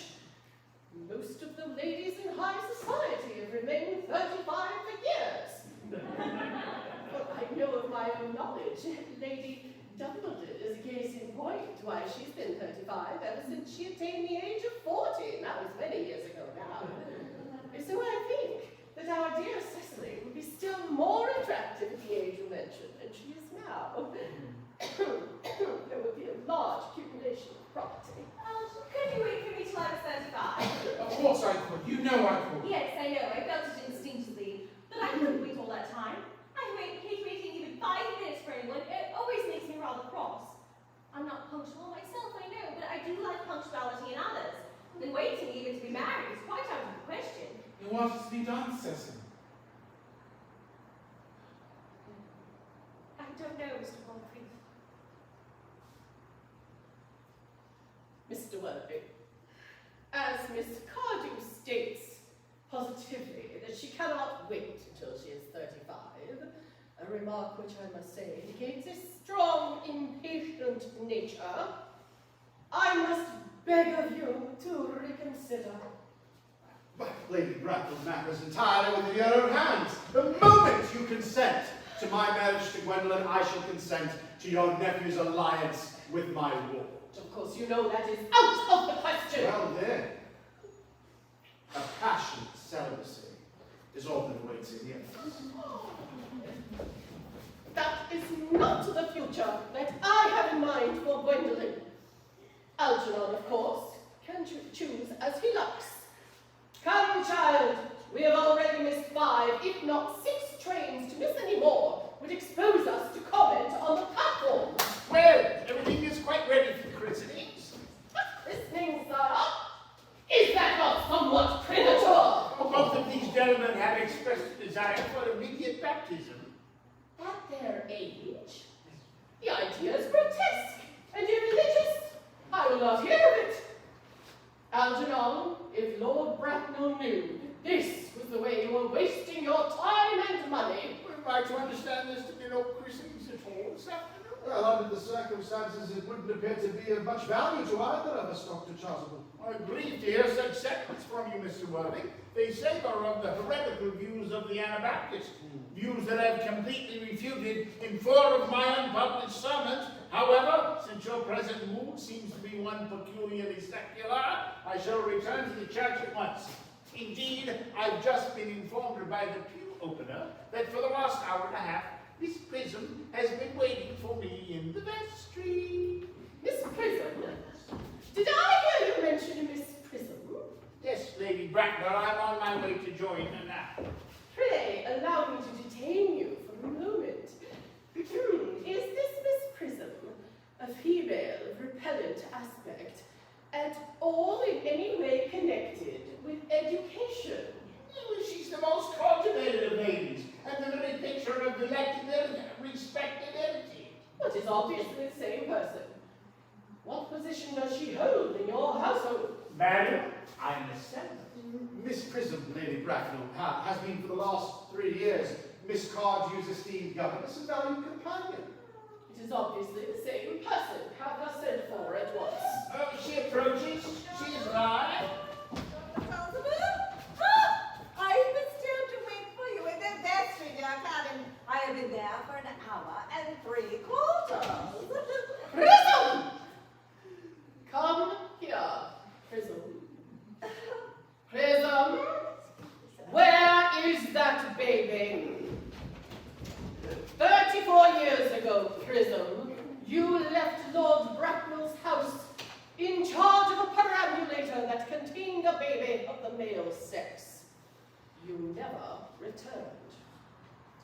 3 weeks later, after the elaborate investigations of the Metropolitan Police, the perambulator was discovered after midnight, alone, in a remote corner of Bayswater. It contained the manuscript of a 3-volume novel of more than usually revolting sentimentality, but the baby was not there. Prism! Where is that baby? Lady Bracknell, I admit with shame I do not know. I only wish that I did. The plain facts of the case are these. On the morning of the day that you mention, a day that is forever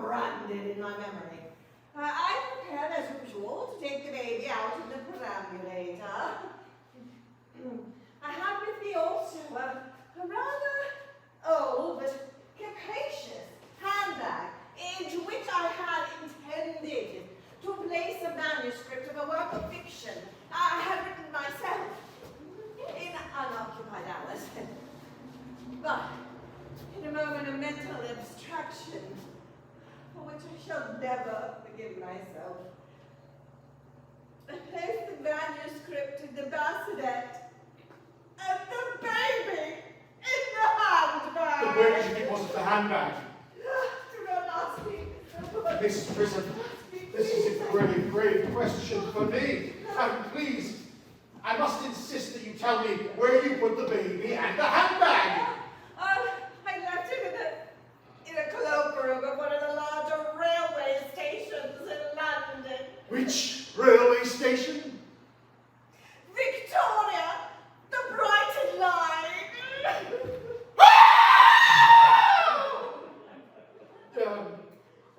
I must retire to my rooms for a moment.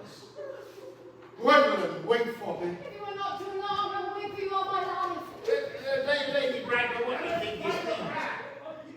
I dare not even suggest Dr. George. I must say that in families of the highest position, strange coincidences are not supposed to occur. They are hardly considered a thing. Uncle Jack is very strangely agitated. Your guardian has a very emotional nature. Ah, this noise is unbearable. I dislike sounds of an argument. What are you doing? Oh, I dislike arguments of any kind.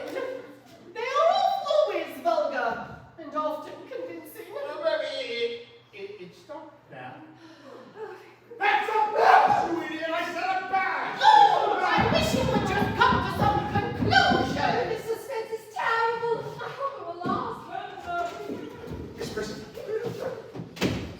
is this the handbag? Examine it carefully. More than one life's happiness depends on your answer. It appears to be mine. Yes, here is the injury it suffered from the overturning of a Gower Street omnibus in younger and happier days. Oh no. Let's see. Oh, there in the lining is the stain from the explosion of a temperance beverage near Leamington. And here on the lock, my initials. I had forgotten that in a whim of extravagance I had placed them there. Oh, yes. Yes, the bag is indeed mine. Oh, how delightful to have it unexpectedly returned to me after all these years. That has been such a hardship to live without it. The handbag is not all that has been restored to you, Miss Prism. For I am the baby you placed in it. You? Yes. Oh. Mother. No. It's a mistake. I am unmarried. Unmarried! Well, I must admit this is quite a blow, but who can throw a stone at one who has suffered? Cannot redemption wipe out an act of falling? Why must there be one law for men and one for women? Mother, I forgive you! No, Mr. Worthing. That is the lady who can tell you who you really are.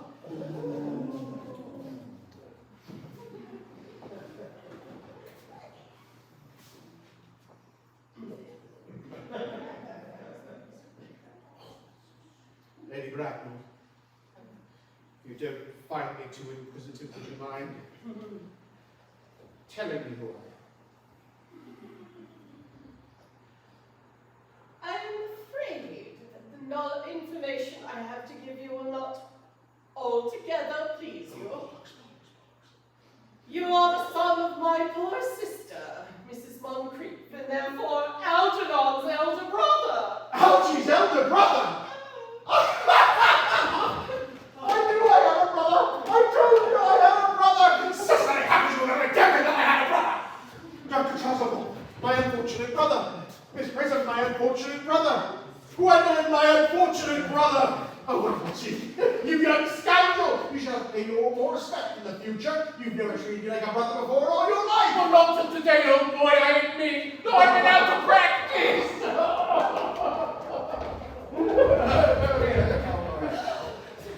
My own. But don't know how you. What is your Christian name? Now they can become someone else. I quite forgotten that question. I suppose that your position on the question of my name is irrevocable. I never change, except in my affection. Oh, what a noble name you have, Gwendolyn. Well, then we best get it cleared up immediately. Aunt Augusta. When Miss Prison placed me in the handbag, had I yet been christened? Well, every luxury that money could buy had been lavished upon you by your fond and doting parents. Yes, there you have it. I had been christened. Now, what name was I given? Let me have the worst. Well, naturally, being the eldest, you were christened after your father. Yes, but what was my father's Christian name? I cannot exactly recall what the gentleman's Christian name was. I do know that he had one. Oh, good. It was eccentric, I admit, but that was mostly due to the climate in India, and to marriage, and to... Surely you remember our father's Christian name. My dear boy, we were never even on speaking terms. He died when I was a year old. Aunt Augusta, surely his name would be in the army lists of the period, yes? Oh, well, the general was essentially a man of peace, except in his domestic life, but I'm sure that his name would appear in any... The army lists of the period are here. I should have made these delightful records my constant study. Generals, 1869, Malum, Maxbaum, Magley, oh, what god-awful names they had. Markby, Bixby, Mobbs, Moncrief, Duggan, Lieutenant Colonel, General, Christian names.